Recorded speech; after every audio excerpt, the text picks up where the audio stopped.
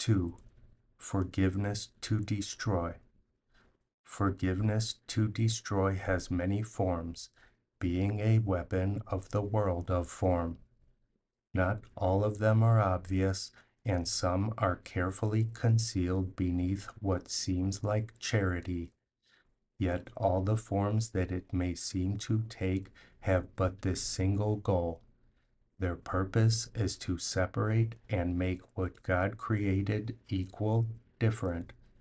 The difference is clear in several forms where the designed comparison cannot be missed, nor is it really meant to be. In this group, first, there are the forms in which a better person designs a stoop to save a baser one from what he truly is. Forgiveness here rests on an attitude of gracious lordliness, so far from love that arrogance could never be dislodged. Who can forgive and yet despise? And who can tell another he is steeped in sin and yet perceive him as the Son of God? Who makes a slave to teach what freedom is? There is no union here, but only grief. This is not really mercy, this is death. Another form, still very like the first if it is understood, does not appear in quite such blatant arrogance. The one who would forgive the other does not claim to be the better. Now he says instead that here is one whose sinfulness he shares, since both have been unworthy and deserve the retribution of the wrath of God. This can appear to be a humble thought and may indeed induce a rivalry in sinfulness and guilt. It is not love for God's creation and the holiness that is his gift forever. Can his Son condemn himself and still remember him? Here the goal is to separate from God the Son he loves and keep him from his source. This goal is also sought by those who seek the role of martyr at another's hand. Here must the aim be clearly seen, for this may pass as meekness and as charity instead of cruelty. Is it not kind to be accepting of another's spite and not respond except with silence and a gentle smile?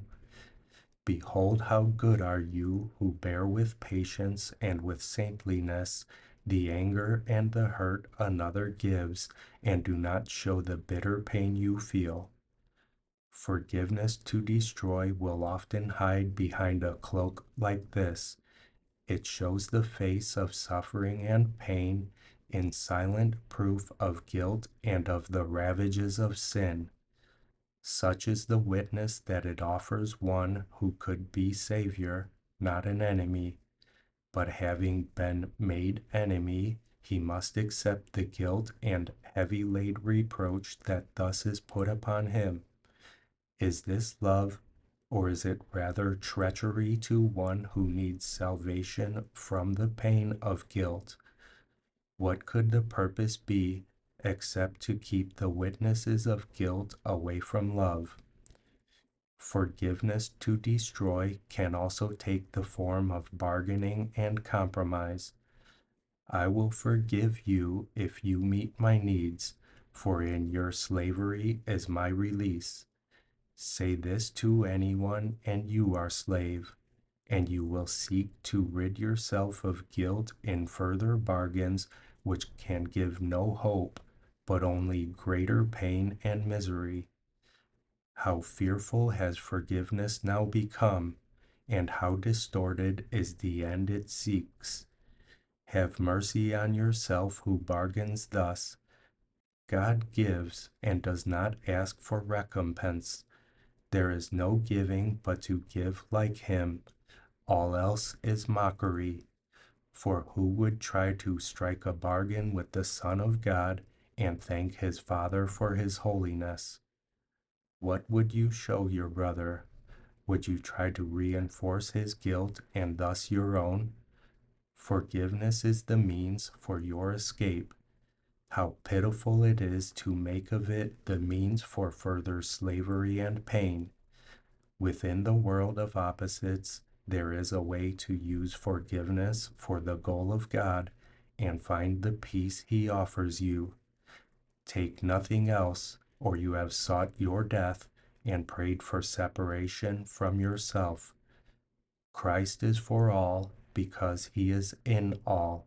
It is His face forgiveness lets you see.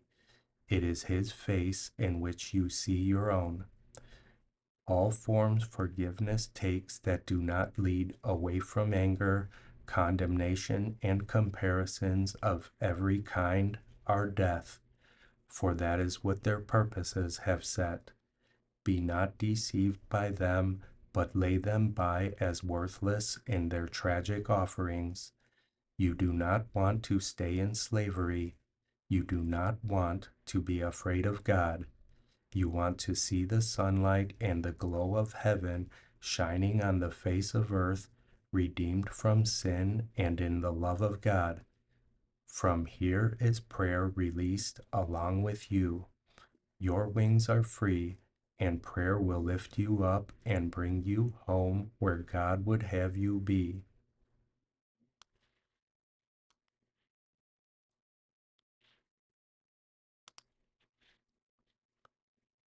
Three, forgiveness for salvation.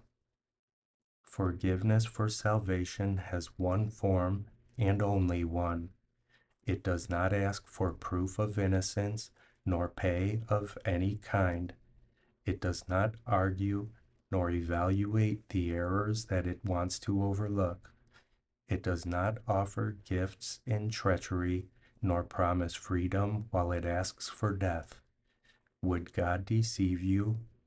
He but asks for trust and willingness to learn how to be free. He gives his teacher to whoever asks and seeks to understand the will of God. His readiness to give lies far beyond your understanding and your simple grasp. Yet he has willed you learn the way to him, and in his willing there is certainty. You child of God, the gifts of God are yours, not by your plans, but by his holy will. His voice will teach you what forgiveness is and how to give it as he wills it be. Do not then seek to understand what is beyond you yet, but let it be a way to draw you up to where the eyes of Christ become the sight you choose. Give up all else, for there is nothing else. When someone calls for help in any form, he is the one to answer for you. All that you need do is to step back and not to interfere. Forgiveness for salvation is his task, and it is he who will respond for you. Do not establish what the form should be that Christ's forgiveness takes. He knows the way to make of every call a help to you as you arise in haste to go at last unto your Father's house. Now can he make your footsteps sure, your words sincere, not with your own sincerity, but with his own. Let him take charge of how you would forgive, and each occasion then will be to you another step to heaven and to peace. Are you not weary of imprisonment? God did not choose this sorry path for you. What you have chosen still can be undone, for prayer is merciful and God is just. His is a justice he can understand, but you cannot as yet. Still will he give the means to you to learn of him and know at last that condemnation is not real and makes illusions in its evil name.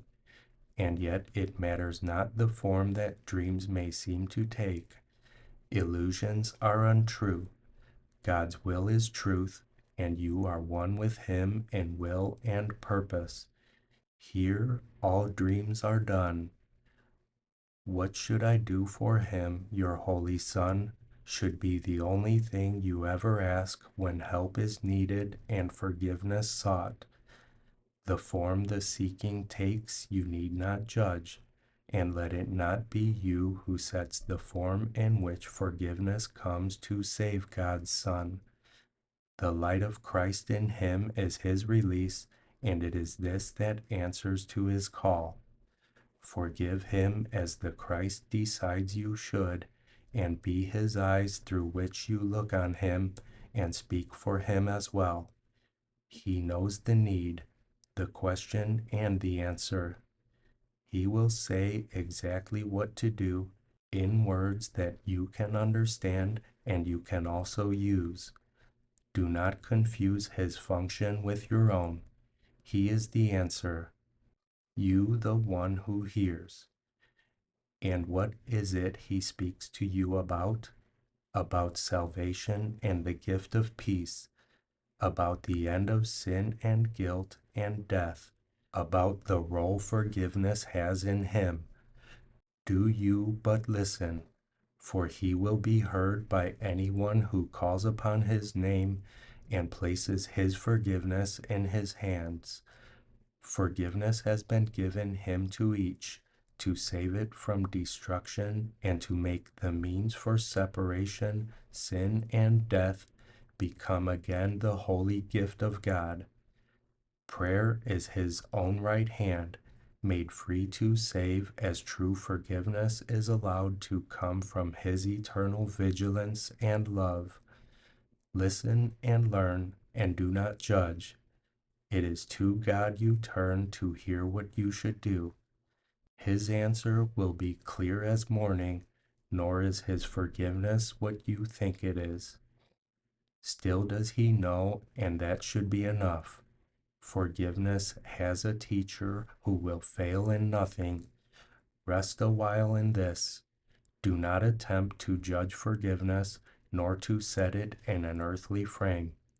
Let it arise to Christ, who welcomes it as gift to him. He will not leave you comfortless, nor fail to send his angels down to answer you in his own name. He stands beside the door to which forgiveness is the only key. Give it to him to use instead of you, and you will see the door swing silently open upon the shining face of Christ. Behold your brother there beyond the door, the Son of God as he created him.